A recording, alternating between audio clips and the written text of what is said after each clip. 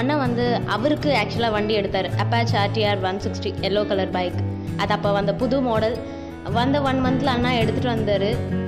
வண்டி எடுத்துகிட்டு வந்து ஒரு 10 days வரைக்கும் அந்த வண்டி மேலே ஒரு இது இருந்தது, ஓட்டணும் அப்படின்ற ஒரு தாட். பட் ஒரு சாட்டர்டே வந்து என்ன பண்ணார், எனக்கு ஒரு ஆப்ஷன் கொடுத்தாரு.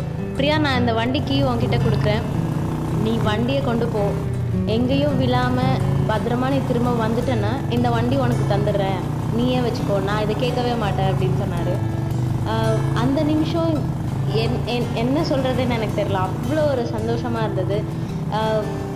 அதை ஓட்டி காமிக்கணும், எனக்கு அந்த வண்டி வேணுன்றதை விட எங்கள் அண்ணா கிட்டே நான் நல்ல பேர் எடுக்கணும், நான் வண்டி ஓட்டுறேன், என்னால் ஓட்ட முடியும், அந்த கான்ஃபிடென்ட் காட்டணுன்றதுக்காகவே வண்டி வாங்கிட்டு போனேன்.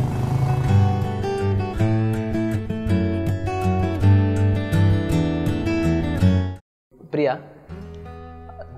அவள் என்னோடய சிஸ்டர் இருக்கலாம், பட் இருந்தாலும் நான் எப்படி சொல்கிறது, நாங்கள் வந்து என்னோடய கோ பிரதராக தான் பார்த்துட்டு, ஸோ எங்களுக்கு அந்த ஃபீலிங், ஒரு அட்டாச்மெண்ட்டே அப்படி தான். என்னோட பிஹாஃபாக என்னுடைய செகண்ட் கேரக்டர் மாதிரி வீட்டில் ஒரு ஆம்பளையா வெளியே போகிறது, எதுனாலையும் கேஸ் வாங்குறதா இருக்கட்டும், வெளியே போய் பைக்கில் யூஸ் பண்ணுற மாதிரி இல்லை, ஒரு மேலாக பண்ணக்கூடிய எல்லா வேலையும் அவங்களே பண்ணிவிடுவாங்க. நான் கூட உட்காந்து சைக்கிளில் பின்னாடி வந்து பிடிச்சிட்டு நீங்கள் ஓட்டுங்க, இப்படி ஓட்டணும் அப்படி ஓட்டணும் அப்படிலாம் சொல்லி கொடுத்ததே கிடையாது. நான் என்ன சொல்லுவேன்னா, இதுதான் கிளச்சு, இதுதான் கியரு, இதுதான் ஆக்சிலேட்டர், ஸ்டார்ட் பண்ணுறது இப்படி தான் பண்ணணும்.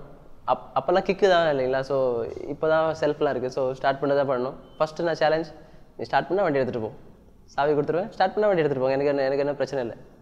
ஸோ அவங்க 1 வாரம் 2 வாரம் 3 வாரம் மாதக்கணக்கில் வெறும் ஸ்டார்ட் பண்ணுறதுக்கே எடுத்துட்டாங்க. ஸோ ஃபைனலாக எனக்கே தெரியல, சர்ப்ரைஸ், நான் ஸ்டார்ட் பண்ணிட்டேன், நான் வண்டி எடுத்துகிட்டு போகிறேன். நான் ஆச்சரியப்பட்டேன், வண்டியில் பாதி வெயிட்டு கூட இல்லை, நீங்கள் வண்டி எடுத்துகிட்டு போய் என்ன பண்ண போகிறீங்க அப்படின்னு சொல்லிட்டு. பிரியா வந்து 3rd ஸ்டாண்டர்ட் படிக்கிறான். அவளுக்கு அன்றைக்கி என்ன ஹோம் ஒர்க்கோ இல்லை ஸ்கூலில் ஒர்க்லோடோ எனக்கு தெரியாது. பட் ஸ்கூலுக்கு போக அடம்பிடிக்கும் போது எங்கள் டேடியோட ஹெல்ப்பர் ஒருத்தர் இருக்கார், அவர் வந்து ட்ராப் பண்ண கூப்பிட்டு போகிறாரு. ட்ராப் பண்ண கூப்பிட்டு போகும்போது அது என்ன அவளுக்கு ஃப்ளாஷ் ஆக்ஷன்லாம் தெரியாது. ரன்னிங் பைக்கில் கீ ஆஃப் பண்ணிட்டு எகிரி வச்சுட்டாங்க மேடம், கால் உடச்சிக்கிட்டாங்க. எங்கள் பேரண்ட்ஸுக்கு வந்து நாங்கள் எல்லாமே சில்ட்ரன்ஸ் தானே, பட் இருந்தாலும் அவங்க தான் பைக்கில் முன்னாடி உட்காரணும், முன்னாடி உட்கார ப்ரியாரிட்டி அவங்களுக்கு தான். அவங்க தான் சண்டை போட்டு முன்னாடி உட்காருவாங்க. ஸோ அவங்க வந்து அவங்களுக்கு விருப்பப்பட்டதெல்லாம் செய்வாங்க. இண்டிகேட்டர் ஆஃப் பண்ணுறது, ஆன் பண்ணுறது, சாவி போட்டுக்கிறது, இது எல்லாமே அவங்க இஷ்டப்படி தான் நடக்கும் வண்டியில். 4 பசங்க இருக்கிறாங்க எனக்கு. பார்த்திங்கன்னா பையன் பெருசு, அதுக்கு அந்தாண்ட ஒரு பொண்ணு, அதுக்கு அந்தாண்ட 3வது பொண்ணு பிரேமராணி. பையன் வந்து நல்லா வண்டி ஓட்டுறதுல சின்ன இதுலேருந்து அவனுக்கு ரொம்ப ஆர்வம். அவர் இப்போ கின்னஸ் ரெக்கார்ட் முடித்து ஒரு ஹோல்டராக இருக்கிறாரு. அதே மாதிரி நானும் வரணும் அன்ற மாதிரி பிரேமராணிக்கு நிறைய ஒரு இது. சின்னப்பந்தே எந்த ஒரு சைக்கிள் எடுத்தாலையும் ஏதாவது ஒரு காசு கொடுத்தா அந்த காசு அப்படியே வச்சுருந்து வாடகை சைக்கிள் எடுப்பாங்க. சின்ன வயசில் போயிட்டு சின்ன குழந்தையா இருக்கும்போதே அதை எடுத்துகிட்டு வந்து எனக்கு தெரியாமல் பக்கத்தில் ஃப்ரெண்ட்ஸுங்களோட எல்லாம் சுற்றி ஓடாடி அது துணியெல்லாம் கிழித்து கீழே விழுந்து என்னென்ன பண்ணிட்டு வருவாங்க. சரி, அப்போ அவங்க அண்ணன் வண்டி எடுக்கும்போது பார்த்தீங்கன்னா அந்த பைக் நான் ஓட்டணும், அண்ணா இந்த பைக் நான் ஓட்டுறேன், அண்ணா எனக்கும் கற்றுக் கொடு, ஏய் போ இவ்வளோ சீக்கிரம் உனக்கு பைக்கு இப்போ அது உயரம் கூட இல்லை, நீ பைக் ஓட்டுறியா அப்படின்னு கேட்குவார். பையன் என்ன செய்கிறான்னா பையனோட ஈக்குவலாக தான் இது நடந்துக்கும் சின்னப்பந்தே. எங்கள் வீட்டிலலாம் பார்த்திங்கன்னா எங்கள் அப்பா சைக்கிள் ஓட்டவே தெரியாது அப்பாவுக்கு, எங்களையும் எதுக்கும் விடல அவர். இருந்தாலும் நாங்கள் ஏதோ கொஞ்சம் அப்படி சின்னதாக நாங்கள் சைக்கிள் ஒரு டிவிஎஸ் ஓட்டுற அளவுக்கு நாங்கள் ஆனோம். இவங்க சரி நம்மள மாதிரி இருக்கக்கூடாது, படிப்புலையும் நல்லா இருக்கணும், வண்டியெல்லாம் ஓட்டி இவங்களும் ஒரு ஆம்பளை மாதிரி வரட்டுன்ற ஒரு ஆசை தான் எனக்கும். மற்ற பசங்களும் அவங்களுக்கும் அந்த ஆரம்பம். எல்லாமே எங்கள் வீட்டில் எல்லாமே வண்டி ஓட்டுவாங்க, யாரும் ஓட்டாதவங்களே கிடையாது. இது வண்டி ஃபேமிலி, பைக் ஃபேமிலி. நாங்கள் லாங்கஸ்ட் ரைட் பார்த்திங்கன்னா எல்லோரும் ரைடர்ஸோடு போவாங்க, பட் நாங்கள் ஃபேமிலியோடு தான் போவோம். அண்ணா வந்ததும் கோயிலுக்கு போவோம் அப்படின்ற மாதிரி பிளானிங் இருந்தது. அதை காரில் போவேன்னா பைக்லேயே போகலாம் அப்படின்னு சொல்லிட்டு பிளான் பண்ணிட்டோம். அண்ணா 2 பைக் இருக்குது எடுத்துக்கலாம் அப்படின்னு சொல்லிட்டு அண்ணாவும் ட்ரிப்பிள்ஸ் வந்தார், நானும் ட்ரிப்பிள்ஸ் வந்தேன். அம்மா ரொம்பவே பயப்பட்டாங்க, இவ்வளோ தூரம் எப்படி வருவா, நீ எல்லாம் விளையாடுற பண்ணி அப்படின்ட்டு. அவள் வருவான், வாமா நீ பாட்டுக்கு சும்மா வாமா, அவளை டிஸ்டர்ப் பண்ணாத, அவள் பாட்டுக்கு வருவான்னு சொல்லிட்டு வேலூர் திருவண்ணாமலை கோயிலுக்கு போயிட்டு மேல்மலைன்னு ஒரு கோயிலுக்கு போனோம். இட்ஸ் அரௌண்ட் 400 கிலோமீட்டர்ஸ்க்கு மேலே இருந்திருக்கும். ஸோ ஜாலியாக விளையாடிட்டு பேசிக்கிட்டு பைக்லேயே போயிட்டு அதுதான் எங்களுடைய லாங்கஸ்ட்டு ட்ரைவாக இருந்தது. என்னோடய காம்படிட்டர் வந்து யார் அப்படின்னா என்னோடய தங்கச்சி பிரியா. ஏன் அப்படின்னா அதான் தங்கச்சி இல்லையா, சின்ன பொண்ணுனாலே நமக்கெல்லாம் ஒரு பெரிய ஒரு இது இருக்கும். என்னென்னா சின்ன பொண்ணு என்னை விட ஃபாஸ்ட்டாக வரேன்னா யாருக்கு தான் பிடிக்கும். இப்போ வெளில போகிறது வரோம் அப்படின்னு சொன்னாலும் ஃபேமிலியோட காரில் போயிட்டுருக்கோம், இன்னொரு பைக் எடுத்துகிட்டு இவங்க வருவாங்க, பைக் கொடுப்பா, நான் கெஞ்சிக்கிட்டு இருப்பேன், பாப்பா கொடு பாப்பா, நான் தான் ஃபஸ்ட்டு கற்றுக்கிட்டு, நான் தான் அக்கா, இன்னொன்று ஃபஸ்ட் நான் ஓட்டுறேன், நீ வேணா பின்னாடி உட்காந்துக்கணுவா. நிறைய நிறைய கோவம் இருக்குது எனக்கு அவன் மேலே. பட் இப்போ வந்து என்ன ஆயிடுச்சு அப்படின்னா அந்த கோவம்லாம் சரி ஓகே நம்ம தான் பண்ணலை, அட்லீஸ்ட் தங்கச்சியாவது பண்ணிட்டுமே, சரண்டர் ஆகிதானே ஆகணும் வேறு வழி.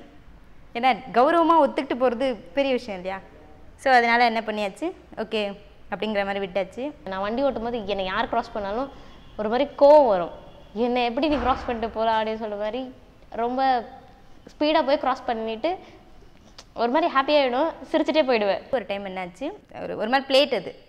ஸோ அந்த பிளேட்டை எடுத்துகிட்டு வீசினாங்க, மேடம் ஜம்ப் பண்ணி காலில் எடுத்தாங்க, ஃபுல் ரத்தம். எங்களுக்கு என்ன பண்ணணும்னு தெரியல, பிளட் அவ்வளோ பிளட்டு பார்த்ததும் ஒரு மாதிரி ஆயிடுச்சு. உங்களுக்கு பிளட் வந்துக்கிட்டே இருக்கு, நிற்கவே இல்லை. அப்புறமா அப்பாவுக்கு விஷயம் தெரிஞ்சது, தூக்கிட்டு போயிட்டாங்க ஹாஸ்பிட்டல். போயிட்டு தையல் போடுறாங்க, தையல் போட்டு அவள் நல்லா தான் இருக்கா, நான் வாங்கி விழுந்துட்டேன். அப்புறம் வீட்டுக்கு வந்தாச்சு. வீட்டுக்கு வந்ததுக்கப்புறம் எல்லாம் சமாதானப்படுத்தி திருப்பி நடக்கவே முடியலை, திரும்பவும் வந்து பைக் எடுக்கிறா. ராயல் என்ஃபீல்டோடைய 60th ஆனிவர்சரி செலிப்ரேட் பண்ணுறதுக்காக அண்ணாவோட ரைடுக்கு வந்தாங்க.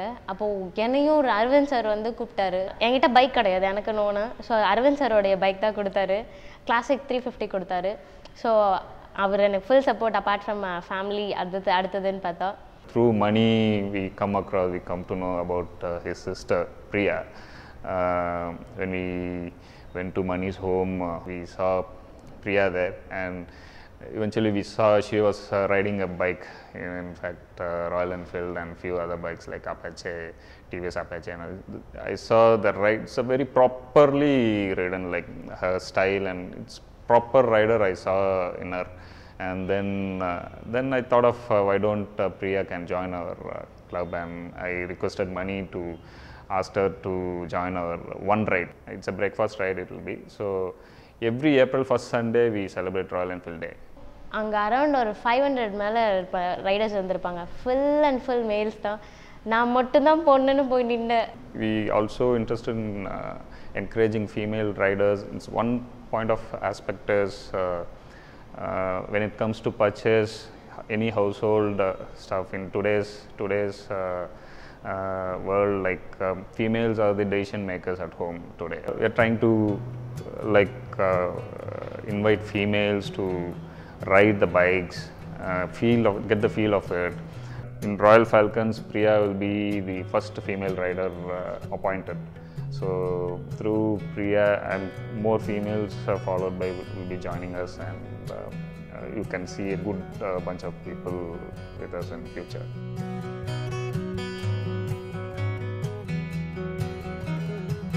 அண்ணாவும் நானும் ஒரே ரைடை காம்படிட்டராக ட்ரை பண்ணிகிட்டு இருக்கோம்.